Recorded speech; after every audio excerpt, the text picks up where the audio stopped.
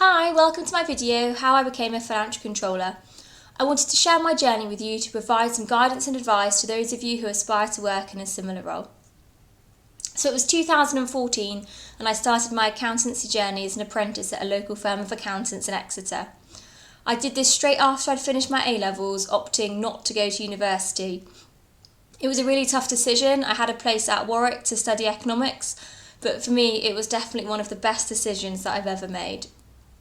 I do think I was quite lucky. I knew from a very young age that I really wanted to be an accountant. I would thoroughly recommend it as a career, and even if you do decide to eventually do something completely different, you will have so many transferable skills which will allow you to go into different industries. If you are currently deciding whether to go to university or not, or perhaps to complete an apprenticeship, if I have one piece of advice, it's do not let the fear of missing out on the social side of university put you off doing an apprenticeship. I still moved out of my family home. I moved into a house share with people my own age. I still went out on weekends. I made new friends. So I sort of did have part of the university experience. I just also had the responsibility of having a full-time job. But this meant I was earning money at the same time as I was studying. So I completed my level 3 and 4 AAT, which is the Association of Accounting Technicians, before commencing my ACCA exams, which is the Association of Chartered Certified Accountants. Whilst completing these, I gained experience in accounting, corporation tax, personal tax, audit. In my opinion, one of the advantages of working for a smaller firm of accountants is that you do get the exposure to lots of different areas of accountancy. Not only is this really helpful for your exams, but it also gives you a real variety of experience so you can choose which areas you may be more interested in if you do decide to specialise further on down the line. So whilst I was completing my ACCA exams, in 2017 I moved to a different firm of accountants, still within Exeter. Now this was a bit of a bigger organisation. There are a few offices across the southwest. I spent a lot of my time here working with audited companies, but I was still gaining experience in other areas, tax and advisory work for example. I started working with Smallridge Bros in late 2017 and ultimately at the start of 2021 I became their financial controller. Moving into industry was a really big decision and one that I did not take lightly.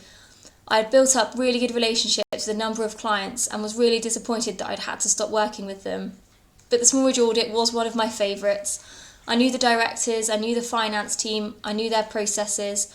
So when I did become their financial controller, I did feel like I had quite an advantage. If you are considering moving into industry from practice, but you're feeling a bit apprehensive about it, please do drop me a message. I'll be happy to have a conversation with you. It is a really big career decision. It doesn't mean that you can't go back into practice, but for me it's definitely changed the trajectory of my career. Seeing things from the other side, so going into industry, can also give you some good skills in case you do want to go back into practice. It gives you a finance team point of view. It will give you lots of tips and ideas of actually perhaps how audit processes could be improved and accounts processes should you ever decide you want to return and go back to being an accountant in practice. Now, this is not the only route you could go down if you want to be a financial controller. Many financial controllers will have come from practice, but many will also have started perhaps as a finance assistant within a team and worked their way up. The advantage of this is that you will have gained experience within a variety of roles within the finance team, which will be really useful as a financial controller when you have to manage the finance team and all the different processes that go on. Many finance assistants, however, will still have completed their level 3 and 4 AAT, which is the same exams that people take when they start their career within an accountancy practice. And after this, they may also go on to complete their chartered exams. It could be ACCA, but there are also other options such as CIMA, which is the Chartered Institute of Management Accountants, and the ACA, the Association of Chartered Accountants. I have noticed in a lot of financial controller job adverts that pop up that most are requiring one of the above if you are not what is called qualified by experience.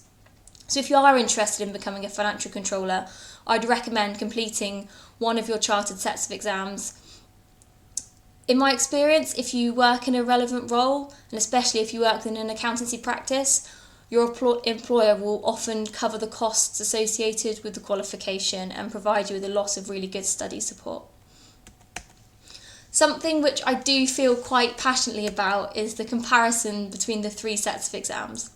Now, all of them will give you significant technical knowledge, all contain a lot of challenging exams, and achieving any chartered status is a great achievement to be really proud of. I get very fed up with people saying that ACA is better than ACCA.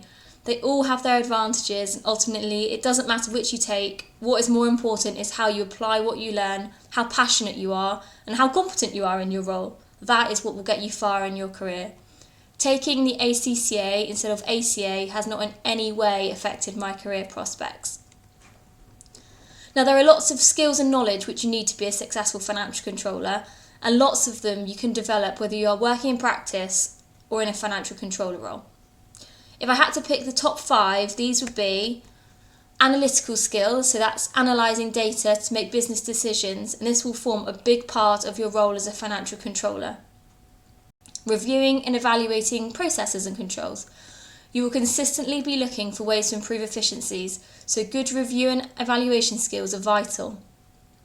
Team management skills. As a financial controller, you may be responsible for a team of people, so developing your management and people skills is very important.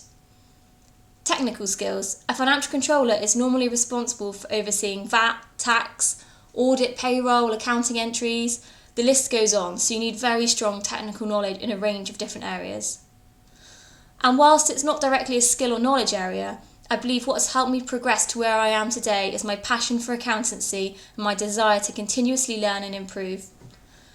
I know there may be some people who think it's not a very interesting profession, but I find it incredibly varied and I love it, which definitely helps me get the most out of my role. If you're passionate about your profession, it will shine through and be obvious to those who are on the hiring panel when you are interviewing for your financial controller role. So that's my journey on how I became a financial controller. Everyone's journey will be different, but whatever your current role is, starting to develop the above skills and technical knowledge will really help you in your journey to becoming a financial controller. Thank you so much for watching. If you have any questions, please feel free to send me a message.